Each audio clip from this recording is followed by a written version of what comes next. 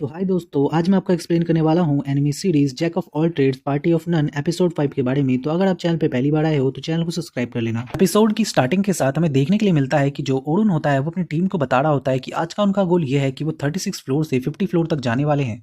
तभी हम देखते हैं कि जैसे ही वो डंजन के अंदर कदम रखने वाला होता है उसे महसूस होता है कि आज उसे कुछ अजीब सी फीलिंग हो रही है। तभी वो कहता है कि वेल, मुझे पहले कभी भी इस डंजन के अंदर इतनी अजीब सी फीलिंग नहीं हुई, बट आज ऐसा लग रहा है कि शायद कुछ अजीब सा होने वाला है इस डंजन के अंदर। तभी हम देखते हैं कि जो लोगर होता है वो ओरुन को ही घूर घूर के देख रहा होता है एंड ओरुन को ऐसा लगता है कि शायद इसी वजह से आज उसे इतना अजीब सा फील हो रहा है। बट तभी हम देखते हैं कि जो कैरोलिन होती है वो अचानक से ओरुन से पूछती है कि ओरुन, एक बात बताइए कि आगे वाले फ्लोर्स पे हमें कैसे कैसे मॉन्स्टर्स मिलने वाले हैं। बट हम देखते हैं कि उसकी ये बात सुन के जो ओरुन होता है वो समझ जाता है कि ये बहुत ज़्यादा उतावली है एंड वो उससे कहता है कि तुम आखिर इतनी ज़्यादा उतावली क्यों रही हो, कि तुम्हें पता नहीं है कि तुम एक डिफेंडर हो, तुम आगे जाके नहीं लड़ सकती हो। बट हम देखते हैं कि वो कहती है कि बल आप तो जानती हो ना कि मुझे फ्रंट लाइन पर लड़ना काफ़ी ज़्यादा पसंद है। बट हम देखते हैं कि ओरुन उससे कहता है कि क्या तुम बेवकूफ़ हो, क्या तुम्हें पता नहीं कि तुम एक डिफेंडर हो, और वैसे भी तुम टीम के अंदर काम कर रही हो तो तुम्हें टीम के हिसाब से ही चलना होगा, अपने हिसाब से नहीं। और फाइनली हम देखते हैं कि उसकी ये बात सुनकर जो लोगर होता है वो भी उससे कहता है कि हाँ कैरोलिन, तुम्हें ये ध्यान रखना होगा, क्योंकि एल्बर्ट भी यही कहा करते थे। तभी हम देखते हैं कि जो हमारा मेन कैरेक्टर ओरुन होता है वो कहता है कि क्या तुम उसी एल्बर्ट की बात कर रहे हो जो कि वो सिल्वर रैबिट गिल्ड में था और उससे सब एस माना करते थे, यानी कि सबसे ताकतवर एडवेंचरर, जो कि मैंने सुना था कि पिछले साल शायद 92 फ्लोर पे जाके मर गया था, वो भी उस ड्रैगन से। और हम देखते हैं कि उसकी ये बात सुनने के बाद जो कैरोलिन होती है वो कहती है कि हाँ तुमने बिल्कुल सही कहा, मैंने उसके बारे में पहले भी सुना हुआ है। और वो बताती है कि एक्चुअली जब वो मरे थे तो उन्होंने एक डिफेंडर को बचाने के लिए अपनी जान दी थी। और वो बताती है कि वेल, मैंने उनके बारे में सुना था कि उनका कहना था कि हर उस इंसान को अपने से दूर रखो जिसको तुम काफ़ी ज़्यादा पसंद करते हो और नहीं चाहते कि वो कभी भी मरे, क्योंकि उन्होंने भी ऐसा ही किया था। और इसीलिए मैं भी चाहती हूँ कि मैं आगे जाके फ्रंट लाइन पर लड़ूँ, ताकि मेरी वजह से किसी को भी कोई प्रॉब्लम ना हो, कोई भी डेंजर में ना जाए।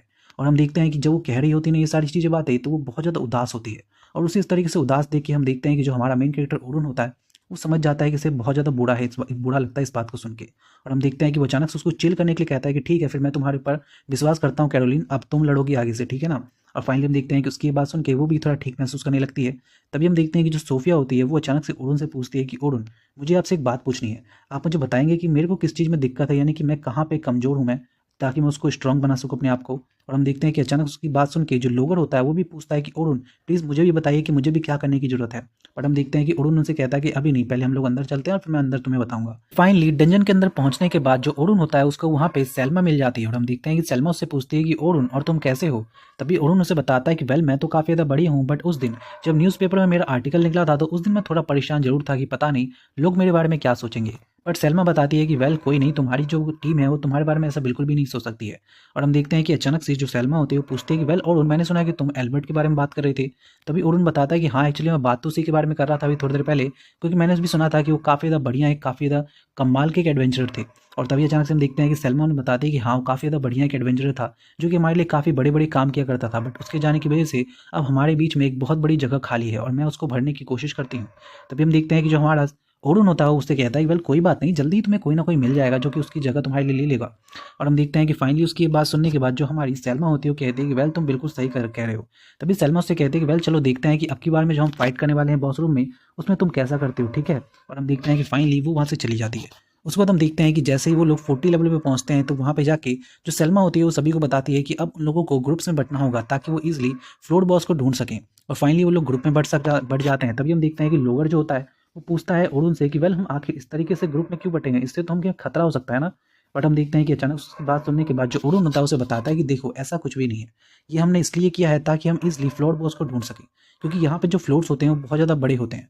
और क्योंकि हमें यहाँ पे फ्लोर्स के बारे में पूरी तरीके से जानकारी चाहिए तो हम लोग यहाँ पे मैप बनाने की कोशिश करते हैं, जिसके लिए जिन लोगों के पास ज़्यादा बड़ी गिल्ड होती है उनके लिए यहाँ पे फ़ायदा होता है, ताकि वो यहाँ से अपनी पूरी पूरी इन्फॉर्मेशन इकट्ठा कर सके इस फ्लोर के बारे में और वो दूसरे को भी दे सके। फाइनली हम देखते हैं कि उसकी ये बात सुनने के बाद जो हमारी कैरोलिन होती है वो कहती है कि वेल क्या सच में ऐसी बात है। तभी वो पूछते हैं कि वेल एक बात बताइए कि क्या यहाँ पे जो डीपर डंजन है वहाँ पे बहुत ज़्यादा तगड़े मॉन्स्टर्स आते हैं, और आखिर डीपर डंजन शुरू कहाँ से होता है।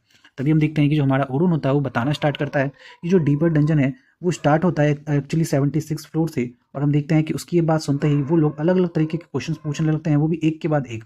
और भाई कोई भी नहीं रुकता यार, सभी अजीब अजीब तरीके के क्वेश्चन पूछने लगते हैं, जिसे सुन के जो ओरुन होता है वो बहुत ज़्यादा परेशान हो जाता है, कहता है कि यार शट अप, सब के सब शांत रह जाओ।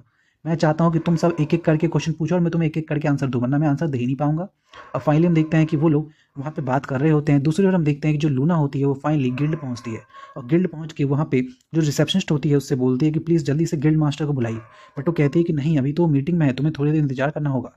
बट लूना कहती है कि नहीं, हम बिल्कुल भी इंतजार नहीं कर सकते, मैं चाहती हूँ कि तुम सभी लोगों को जल्दी से टेलीपोर्ट करो यहाँ पे वापस डंजन से। और दूसरी ओर हम देखते हैं कि जो सोफिया होती है वो पूछती है कि वेल, मुझे आज यहाँ पे कुछ ना कुछ अजीब सा लग रहा है। तभी हम देखते हैं कि जो ओलिवर होता है वो, सॉरी, जो ओरुन होता है वो भी कहता है कि हाँ, मुझे भी यहाँ पे कुछ अजीब सा लग रहा है। तभी अचानक से हम देखते हैं कि जो लोगर होता है वो कहता है कि वेल, मैंने आज तक कभी भी ऐसा कोई फ्लोर नहीं देखा है जहाँ पे कोई मॉन्स्टर ना हो, क्योंकि इतनी देर से हम घूम रहे हैं बट कोई भी मैं मॉन्स्टर नहीं दिखा है। तभी ओरुन कहता है कि वेल, इस तरीके की फीलिंग मुझे इस डंजन के अंदर आने से पहले भी महसूस हो रही थी और मैंने इसे बिल्कुल ही अनदेखा कर दिया था, बट पता नहीं ऐसा क्या है यहाँ पे। तभी हम देखते हैं कि जो ओरुन होता है वो बताता है कि वेल, ये फीलिंग बहुत ज़्यादा अजीब सी है, मुझे नहीं लगता कि ये फीलिंग किसी ऐसी वैसी चीज़ की है। तभी हम देखते हैं कि अचानक से वहाँ पे एक छोटा सा गॉब्लिन आता है, जिसे देख के जो कैरोलिन होती है वो तेज़ी से उसकी तरफ भागती है उसे मारने के लिए, और बहुत जल्दी उसे मार भी देती है। बट हम देखते हैं कि जो ओरुन होता है उससे कहता है कि वेल कैरोलिन, मैंने तुमसे कहा था ना कि हमें टीम के अंदर काम करना है, तुम अकेले काम नहीं कर सकती। बट फिर भी वो कहती है, बट तुम्हें तो जानते हो ना कि मैं तो इजीली इसको हरा सकती थी। बट लोगर उससे कहता है कि बिल्कुल भी नहीं, तुम्हें क्या लगता है वो कोई साधारण सा गॉब्लिन था? अगर मैंने उसके ऊपर अपने मैजिक का इस्तेमाल नहीं किया होता तो वो पक्का तुम्हें मार देता, वो बहुत ज़्यादा फास्ट होते हैं। तभी हम देखते हैं कि जो लोग ओरुन होता है वो बताता है कि देखो, मैं तुम्हें बता देता हूँ कि अगर तुम डेंजर में हुई तो हम लोग तुम्हें बचा सकते हैं, बट हम लोगों के डेंजर के समय में तुम ही हमें हमारी रक्षा करोगी। और फाइनली हम देखते हैं कि ये वाली सारी बातें चल ही रही होती हैं। तभी ओरुन उससे कहता है कि देखो, हम लोगों को एक टीम के तौर पे काम करना है, समझी ना तुम। और हम देखते हैं कि कैरोलिन सबसे माफ़ी मांगती है कि उसने अकेले सब कुछ करने की कोशिश की। तभी हम देखते हैं कि जो हमारा मेन कैरेक्टर ओरुन होता है वो उससे कहता है कि देखो, मेरे पास तुम्हारे लिए काफ़ी बढ़िया एक ऑप्शन है, अगर तुम चाहो तो मैं तुम्हें वो सिखा सकता हूँ, जो कि जिसे हम कहते हैं डॉज टाइप डिफेंडर। ये काफ़ी बढ़िया डिफेंडर होता है, जिसे हम एक्टिव डिफेंडर भी कहते हैं। इसमें तुम अटैक भी कर पाओगे बहुत ईजी, इसमें केवल तुम्हें डिफेंड करने की जरूरत नहीं पड़ेगी। और वो बोलती है कि क्या सच में, क्या आप मुझे सिखाएंगे? तभी ओरुन कहता है कि बिल्कुल, क्यों नहीं। और वो उसे बताता है कि देखो, इस वाले कह सकते हैं, इस वाले जो ये जो डिफेंडर्स होते हैं, इसमें तुम्हें करना क्या होगा, जब भी कोई जो हमारा सामने जो अपोनेंट होता है, यानी कि जो भी मॉन्स्टर होता है, क्योंकि वो लिविंग बिंग होता है तो वो इजीली अटैक करने के लिए हमारे सामने बढ़ेगा। और जैसे ही वो अटैक करने के लिए बढ़ेगा वो कुछ देर के लिए थोड़ा सा पीछे हटेगा और उसके बाद अटैक करेगा। और उसी समय अगर तुम उसकी मूवमेंट का पता लगा के उसके पैरों पे वार करती हो तो वो इजीली नीचे गिर जाएगा और अपना अटैक नहीं कर पाएगा। इससे होगा क्या कि तुम्हारे जो अटैकर्स होंगे उनको एक एडवांटेज मिलेगा और वो इजीली उनको खत्म कर सकते हैं। और ये एक डिफेंडर का काम होता है। बट ये ध्यान रखना कि इसका मतलब ये नहीं कि तुम्हें पूरी तरीके से उसे खत्म करना है, केवल तुम्हें उसे रोकने की कोशिश करना है। इससे दोनों काम हो जाएगा, एक तो तुम डिफेंडर हो इसलिए तुम उसे खत्म नहीं कर सकती, और दूसरी ओर तुम उस पर अटैक भी कर लोगी फ्रंट लाइन से। और फाइनली हम देखते हैं कि ये बात सुनने के बाद जो कैरोलिन होती है वो कहती है कि वाह, तुमने सच में काफ़ी बढ़िया बताया। तभी हम देखते हैं कि लोगर पूछता है कि क्या आप मुझे भी बताएंगे सर कि मेरे को यहाँ पे क्या दिक्कत हो रही है। तभी हम देखते हैं कि उसकी ये बात सुनने के बाद जो हमारा मेन कैरेक्टर ओरुन होता है वो उसके बताना स्टार्ट करता है। वहीं दूसरी ओर हम देखते हैं गिल्ड मास्टर को, जो कि उन सभी से पूछते हैं, यानी कि हीरो की टीम से पूछते हैं कि क्या हुआ, तुम लोग आखिर ऐसा क्यों चाहते हो। तभी हम देखते हैं कि जो लूना होती है वो बताती है कि प्लीज़, मैं चाहती हूँ कि आप सभी लोगों को जल्दी से बाहर निकाले, वो भी टेलीपोर्ट करके फोर्सली। बट वो कहता है कि ये हम नहीं कर सकते हैं, तुम्हें पता भी है इसके अंदर हमें कितना ज़्यादा माना की जरूरत पड़ेगी और पता नहीं क्या क्या होने वाला है यहाँ पे, तो मुझे बताओगे कि आखिर हुआ क्या है। तभी लूना उसे बताती है कि एक्चुअली जो हमारा जो ड्रैगन है वहाँ पे बहुत ज़्यादा ऊपर वाले फ्लोर पे, वो शायद किसी दूसरे फ्लोर पे चला गया है। और हम देखते हैं कि उसकी ये बात सुन के वो लोग काफ़ी ज़्यादा हैरान हो जाते हैं और कहते हैं कि ये क्या कह रही हो तुम, इसका मतलब है कि हमें कुछ ना कुछ तो करना होगा वरना बहुत सारे लोगों की जान खतरे में है। तभी अचानक से हम देखते हैं कि वो सभी कहते हैं, जो गिल्ड मास्टर होता है वो कहता है कि जल्दी से तैयार करो कॉन्फ्रेंस रूम, हमें सबकी बात माननी होगी और सबसे एक बार डिस्कशन करना होगा। बट लूना कहती है कि नहीं, हमारे पास भी इसके लिए टाइम नहीं है। बट हम देखते हैं दूसरी ओर जो हमारा मेन कैरेक्टर ओरुन होता है वो लोगर को बता रहा होता है कि देखो, मैं जानता हूँ कि तुम क्या कहना चाहते हो, तुम चाहते हो कि मैं तुम्हें डिबफ सिखाऊं, मैंने सही कहा ना। तभी हम देखते हैं कि लोगर कहता है कि बिल्कुल। बट तभी हम देखते हैं कि ओरुन से कहता है कि देखो, जो डिबफ है वो एक बहुत ही खतरनाक स्पेल है, जिसको सीखने के लिए तुम्हें एडवांस लेवल का एक मैजिशियन बनना होगा या सपोर्टर बनना होगा। और वैसे भी मैं तुम्हें बता दूं कि अभी तुम जिस लेवल पे हो उसके हिसाब से तुम इसे नहीं सीख सकते हो, क्योंकि इसे सीखने के लिए तुम्हें काफ़ी ज़्यादा ये सीखना होगा कि किस मॉन्स्टर के ऊपर किस मैजिक का रेजिस्टेंस है, तभी तुम इसका इस्तेमाल उसके ऊपर कर सकते हो। क्योंकि जब तुम अगर नीचे के डीपर फ्लोर्स पे जाओगे तो तुम्हें पता चलेगा कि उनके ऊपर इसका कुछ ज़्यादा असर होता ही नहीं है डिबफ का। देखो, तुम्हें अभी मैं केवल यही कहूँगा कि तुम्हें पहले ये सीखना होगा कि किस मॉन्स्टर के ऊपर कौन सा मैजिक रेजिस्टेंस है, तो इसके लिए तुम्हें नीचे के फ्लोर्स तक जाना होगा और काफ़ी सारा एक्सपीरियंस भी गेन करना होगा, ताकि तुम्हें सभी मॉन्स्टर्स के बारे में पता चल सके कि वो किस मैजिक से रेजिस्टेंस है, और उसके बाद ही तुम इस मैजिक के ऊपर जा सकते हो। उससे पहले तो मैं तुम्हें इतना ही कहूँगा कि तुम अभी बफ को सीखो और कुछ भी नहीं। और साथ ही में मैं तुम्हें एक अलग तरीके का मैजिक सिखाऊंगा जो कि काफ़ी ज़्यादा बढ़िया होता है हमारे लिए। और वो उसे बताता है कि देखो, वो देखो उस मैजिक को, और वो एक ट्रैप मैजिक लगाता है, जिससे अचानक से जैसे ही मॉन्स्टर उस पर पैर रखते हैं नीचे से एक अजीब सा पत्थर आता है और उसको खत्म कर देता है। और हम देखते हैं कि जो लोगर होता है वो कहता है कि वाह, ये काफ़ी कमाल का मैजिक है। तभी हम देखते हैं कि ओरुन से बताता है कि ये ट्रैप मैजिक है, जिससे हम इसे कभी भी इस्तेमाल कर सकते हैं। और इस तरीके का ट्रैप मैजिक इस्तेमाल करने से ये होगा कि सराउंडिंग से अगर कोई भी मॉन्स्टर तुम्हारे ऊपर अटैक करेगा तो तुम उससे ईजिली बच सकते हो।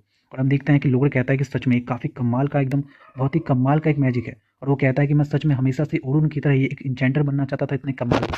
वहीं दूसरी ओर हम देखते हैं कि जो उस पूरी की पूरी जो गिल्ड होती है वो उस टेलीपोर्टेशन मैजिक का इस्तेमाल करने की सोच रही होती है सभी लोगों को बाहर लाने के लिए। और वो कहती है कि वेल मैं तुम्हें बता दूं कि इसके लिए बहुत ज़्यादा माना की ज़रूरत होगी और तुम्हें भी इसके लिए पूरी तरीके से प्रिपेयर रहना होगा। बट हम देखते हैं कि जो वो टीम होती है और हीरो की टीम, वो कहती है कि बट इसमें हमारी कोई गलती नहीं है, तो हम इसमें क्या करने वाले हैं। बट हम देखते हैं दूसरी ओर जो ओरुन होता है वो बताता है कि वेल मुझे लगता है कि तुम्हें अच्छे से काम करना चाहिए लोगर। और उसके बाद हम देखते हैं कि सोफिया भी पूछती है ओरुन से कि ओरुन क्या तुम मुझे बताओगे कि मुझे क्या करना चाहिए। तभी उसे बताता है कि देखो मुझे लगता है कि तुम्हें जो है वो पैरेलल कंस्ट्रक्शन करना चाहिए। और हम देखते हैं कि ये बात सुनने के बाद जो सोफिया होती है वो बोलती है कि इसका क्या मतलब है। तभी ओरुन बताता है कि देखो इसका मतलब यह है कि तुम एक ही बार पे एक अटैक 2 बार कर सकती हो या 3 बार कर सकती हो या उससे भी ज़्यादा बार कर सकती हो। और हम देखते हैं कि उसकी ये बात सुनने के बाद जो हमारी सोफिया होती है वो कहती है कि इसका क्या फ़ायदा है, वैसे भी तो मैं हाई रैंक अगर मैजिक करूंगी तो मैं इजीली बहुत सारे मॉन्स्टर्स को हरा सकती हूँ। बट हम देखते हैं कि जो हमारा ओरुन होता है वो कहता है कि वेल तुम बात तो सही कह रही हो, बट एक्चुअली बात यह है कि जब तुम डीपर फ्लोर पे जाओगी तो वहाँ पे बहुत सारे मॉन्स्टर आएंगे और उस समय अगर तुमने हर मॉन्स्टर के लिए अपने हाई लेवल के मैजिक का इस्तेमाल किया तो तुम जल्द ही आउट ऑफ मैजिक हो जाओगे, जिससे कोई फायदा नहीं होगा। बट अगर तुमने इस डबल पैरेलल कंस्ट्रक्शन का इस्तेमाल किया तो तुम एक बार में कई सारे मैजिक सर्कल्स बना पाओगी और बहुत सारे मैजिक का इस्तेमाल कर पाओगी, जिससे ये होगा कि तुम ईजिली काफ़ी सारी काफ़ी अच्छे तरीके से बहुत सारे मॉन्स्टर्स को खत्म कर पाओगे। और हम देखते हैं कि उसकी ये बात सुनने के बाद लिटरली जो हमारी सोफिया होती है वो कहती है कि सच में यार ये काफ़ी ज़्यादा बड़ा जीनियस है। और हम देखते हैं कि वो शर्माती हुई उससे कहती है कि सुनो मैं चाहती हूँ कि तुम मुझे सिखाओ। और हम देखते हैं कि उसकी ये बात सुनने के बाद जो हमारा मेन कैरेक्टर ओरुन होता है उसे याद आता है कि अगर उसने उसे सिखाया तो पक्का शेरमन उसके ऊपर बहुत ज़्यादा गुस्सा होगी। और वो कहता है कि ठीक है मैं उसमें सिखा दूंगा, बट इसके लिए तुम्हें परमिशन लेनी होगी शेरमन से। फाइनली हम देखते हैं कि वो मान जाती है। दूसरी ओर हम देखते हैं कि स्पेल तैयार हो जाता है उस टेलीपोर्टेशन के लिए। बट हम देखते हैं कि वो सबसे पहले जो गिल्ड मास्टर होते हैं वो हीरो की टीम से कहते हैं कि तुम लोगों को प्रिपेयर रहना होगा यहाँ पे जाके फाइट करने के लिए। बट हम देखते हैं कि हीरो की टीम कहती है कि हम तो अभी भी फाइट करके आए हैं, हम कैसे जा सकते हैं। बट गिल्ड मास्टर कहते हैं कि मैं नहीं जानता हूँ, तुम्हें कुछ ना कुछ तो करना ही होगा। दूसरी ओर हम देखते हैं कि जो शेरमन होती है वो फाइनली पहुंच जाती है कहाँ पे, उस बॉस के लेवल पे यानी कि 50 लेवल पे। और हम देखते हैं कि वहीं पे जो हमारा ओरुन होता है वो भी पहुंच जाता है और उनके सामने काफ़ी खतरनाक बॉस होता है। और फाइनली हम देखते हैं कि अब वहाँ पे जिनकी फाइट होने वाली है वो बच्चे नहीं है, यानी कि वो सिंपल लोग नहीं है, बल्कि जो हमारा ओरुन है और उसकी और शेरमन और बाकी जो बड़े बड़े लोग आए ना उनके गाइडेंस के लिए, वो लोग उससे फाइट करने वाले हैं 50 लेवल के बॉस से। और हम देखते हैं कि जैसे ही वहाँ पे जो हमारा मेन कैरेक्टर ओरुन होता है वो सबसे पहले जाता है आगे से, वो दिखाता है एक्चुअली कैरोलिन को कि किस तरीके का डिफेंडर होता है जो एक्टिव डिफेंडर होता है। और हम देखते हैं कि वो जाता है अपनी तलवार से उसके पैरों पर हमला करता है, जिससे वो कमजोर पड़ जाता है। और उसके बाद हम देखते हैं कि जो बाकी अटैकर्स और डिफेंडर होते हैं वो उससे बचते हैं और उसके ऊपर अटैक करते हैं और फाइनली उसको खत्म कर देते हैं। और फाइनली हम देखते हैं कि ये सारी चीज़ें होने के बाद हम देखते हैं कि जो ओरुन की टीम होती है वो कहती है कि वाह सच में इसने तो काफ़ी कमाल कर दिया। वहीं दूसरी ओर हम देखते हैं कि जो हमारा टीम होती है हीरो की टीम वो फाइनली जा रही होती है उस डंजन की ओर। और हम देखते हैं कि अचानक से रास्ते में जाते हुए जो उस हीरो की टीम होती है वो पूछती है कि वेल एक बात बताओ लूना कि तुम आखिर उस अजीब से ओरुन के पीछे क्यों पड़ी हुई हो, वो तो कुछ कर ही नहीं सकता है। बट हम देखते हैं कि उसकी ये बात सुनने के बाद लूना उससे कहती है कि शायद तुम अभी भी नहीं समझ पा रही हो कि हम अभी सबसे ज़्यादा वीकेस्ट एस रैंक हंटर हैं यहाँ पे, तुम जानते भी हो। और वैसे भी अगर हम अंदर नहीं गए और हमने ओरुन की मदद नहीं ली तो हम पक्का सब खत्म हो जाएंगे। वहीं दूसरी ओर हम देखते हैं कि 50 लेवल पे एक बहुत खतरनाक सा केकड़ा सामने आता है, जिसको हराने के लिए फिर से वो सब आगे जाते हैं और ओरुन की टीम उसके लिए चीयर कर रही होती है।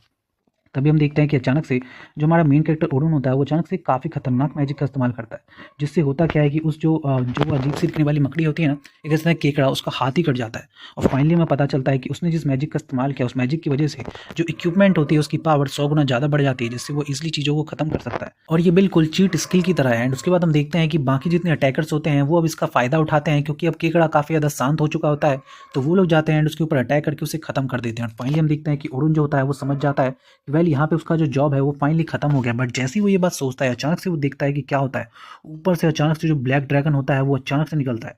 और जैसे ही वो निकलता है हम देखते हैं कि जो ओरुन होता है उसकी आंखें खुली की खुली रह जाती हैं, क्योंकि उसे फाइनली महसूस हो रहा होता है वहाँ पे डर, क्योंकि उसकी वजह से सबके अंदर डर भर चुका होता है। और फाइनली हम देखते हैं कि सब लोग बहुत ज़्यादा डर जाते हैं एंड यहीं पे एपिसोड खत्म हो जाता है। So thank you so much for watching this video.